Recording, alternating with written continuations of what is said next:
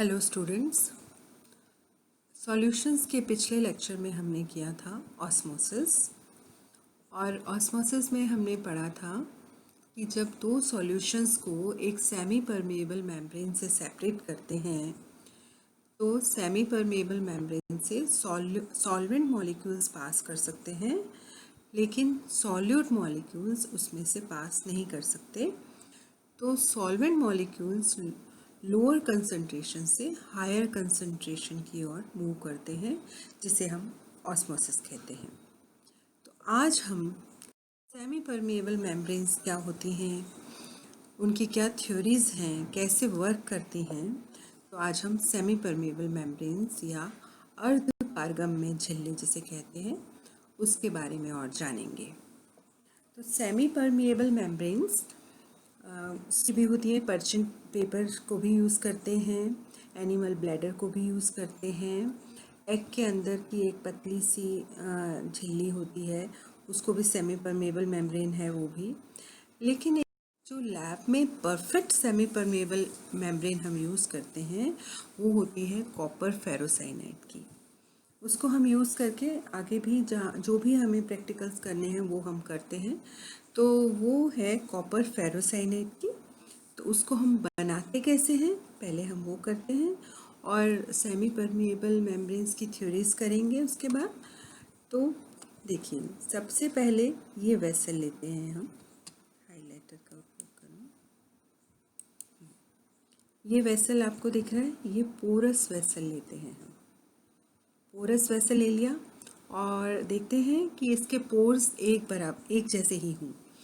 तो ये porous vessel लिया, इसे अच्छे से धो लिया, सुखा लिया, पोर्स को अपनी वैक्यूम लगा के बिल्कुल साफ़ कर लिए। अब इसके अंदर हम लेते हैं कॉपर सल्फेट का सॉल्यूशन। कॉपर सल्फेट का 2.5% सॉल्यूशन लेते हैं, और ये बाहर का वेसल है। बाहर के वेसल में लेते हैं पोटेशियम फेरोसाइनाइड, इसका भी सेम कंसंट्रेशन का 2.5% का सॉल्यूशन लेते हैं। अब मूवमेंट होती है, कॉपर आयंस अंदर से बाहर की ओर जाते हैं और फेरोसाइनाइड आयंस इधर अंदर की ओर आते हैं और यहाँ पर मिल जाते हैं और एक जिलेटिनस प्रेसिपिटेट बन जाता है इन पोर्स में। तो वही है कॉपर फेरोसाइनाइड की सेमी परमेएबल मेम्ब्रेन। अब इसी वेसल को भी हम धो के यूज़ कर सकते हैं अगर हमें सेमी परमेएबल मेम्ब्रेन चाहिए। अगर इस वेसल को यूज़ करना है इसको भी यूज़ कर सकते हैं, और सेमी परमेएबल मेम्ब्रेन को अलग से भी यूज़ कर सकते हैं। अब मोर्स एंड फ्रेजर ने बहुत काम किया।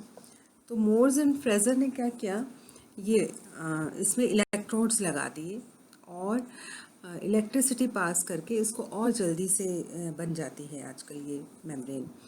तो क्या किया, यहाँ पर कॉपर इलेक्ट्रोड लिया, कॉपर एनोड के तरह यूज़ हुआ।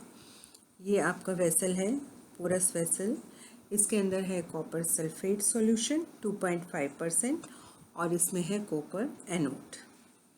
बाहर सॉल्यूशन आपको पता है K4FeCN6 है, पोटेशियम फेरोसाइनाइड, और इसमें लगाया प्लैटिनम कैथोड।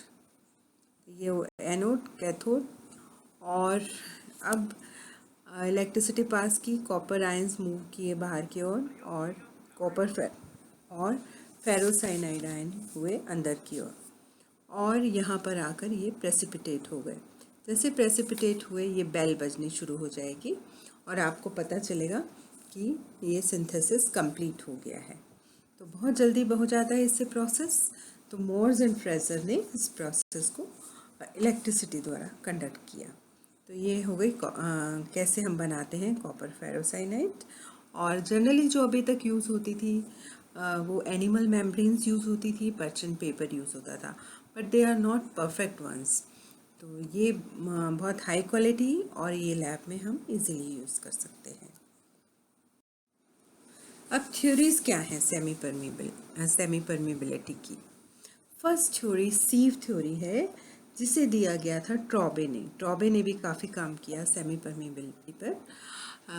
ट्रॉबे ने कहा कि जो सेमी परमेबल मेम्ब्रेन है एक छन्नी की तरह, एक सीव की तरह होती है, जिसमें स्मॉल पोर्स होते हैं, उस स्मॉल पोर्स में से सॉल्वेंट मॉलिक्यूल्स, उन्होंने ये माना था हमेशा कि सॉल्वेंट मॉलिक्यूल्स छोटे होते हैं, तो वो तो पास कर जाते हैं उसके अंदर से, और जो बड़े मॉलिक्यूल सॉल्यूट के होते हैं वो उसमें से नहीं गुजर सकते हैं।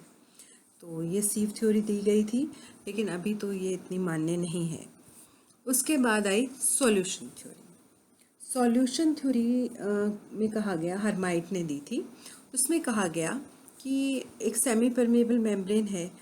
जैसे उन्होंने दो पदार्थों को सेपरेट किया, water and calcium nitrate, calcium nitrate, और उसके बीच में फिनोल की लेयर लगाई जो as a semi permeable membrane use हो रही थी।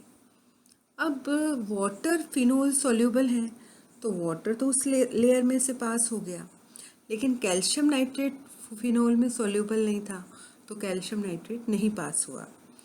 तो इस बेसिस पर हर्माइट ने कहा कि जो पदार्थ उस लेयर में सॉल्यूबल होंगे, सेमी परमेबल मेम्ब्रेन में सॉल्यूबल होंगे, वो तो उसमें से निकल जाएंगे, लेकिन जो पदार्थ उसमें सॉल्यूबल नहीं होंगे वो नहीं निकलेंगे।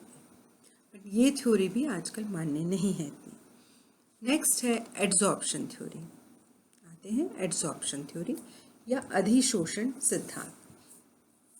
इसमें कहा गया कि जो सॉल्वेंट मॉलिक्यूल्स हैं वो सेमी परमेबल मेम्ब्रेन के ऊपर आकर एड्सॉर्ब हो जाते हैं, अधिशोषित हो जाते हैं, और वो धीरे धीरे फिर अंदर चले जाते हैं, उसके अंदर पास हो जाते हैं। लेकिन जो सॉल्यूट मॉलिक्यूल्स होते हैं वो एड्सॉर्ब नहीं हो पाते, इसलिए वो उसमें से नहीं पास हो पाते। ये भी अमान्य है।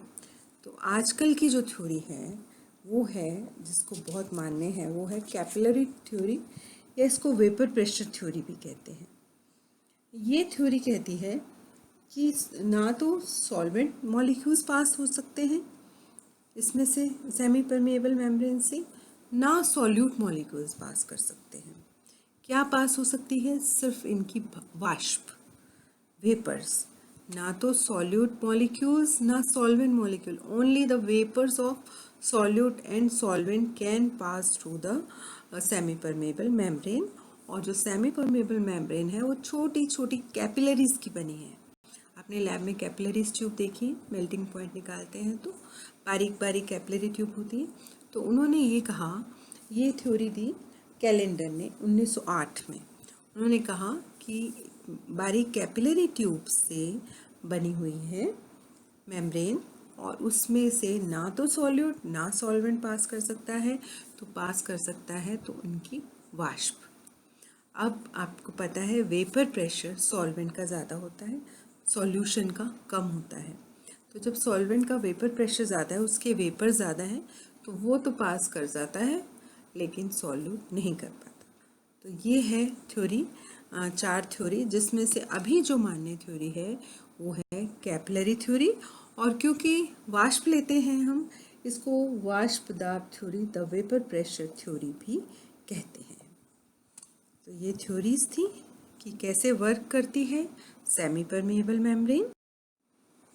ये है सेमी परमेबल मेम्ब्रेन, यहाँ देख रहे हैं आप, ये सॉल्वेंट मॉलिक्यूल्स दिए हैं, ये सॉल्यूट।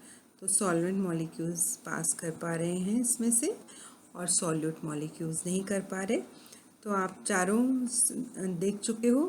पहले ने कहा कि ये स्मॉल होते हैं, ये बड़े होते हैं, लेकिन कई बार ये भी बड़े हो सकते हैं, ये स्मॉल हो सकते हैं। और जो पार्टिकल्स सॉल्यूबल होंगे वो निकल जाएंगे, जो सॉल्यूबल नहीं होंगे वो नहीं निकलेंगे। और थर्ड था जो अधिशोषित हो जाएंगे इस लेयर पे आके, ये आके इस पे अधिशोषित हो जाएंगे, एड्जॉर्ब हो जाएंगे, ये निकल जाएंगे, और सॉल्यूट मॉलिक्यूल नहीं निकल पाएंगे।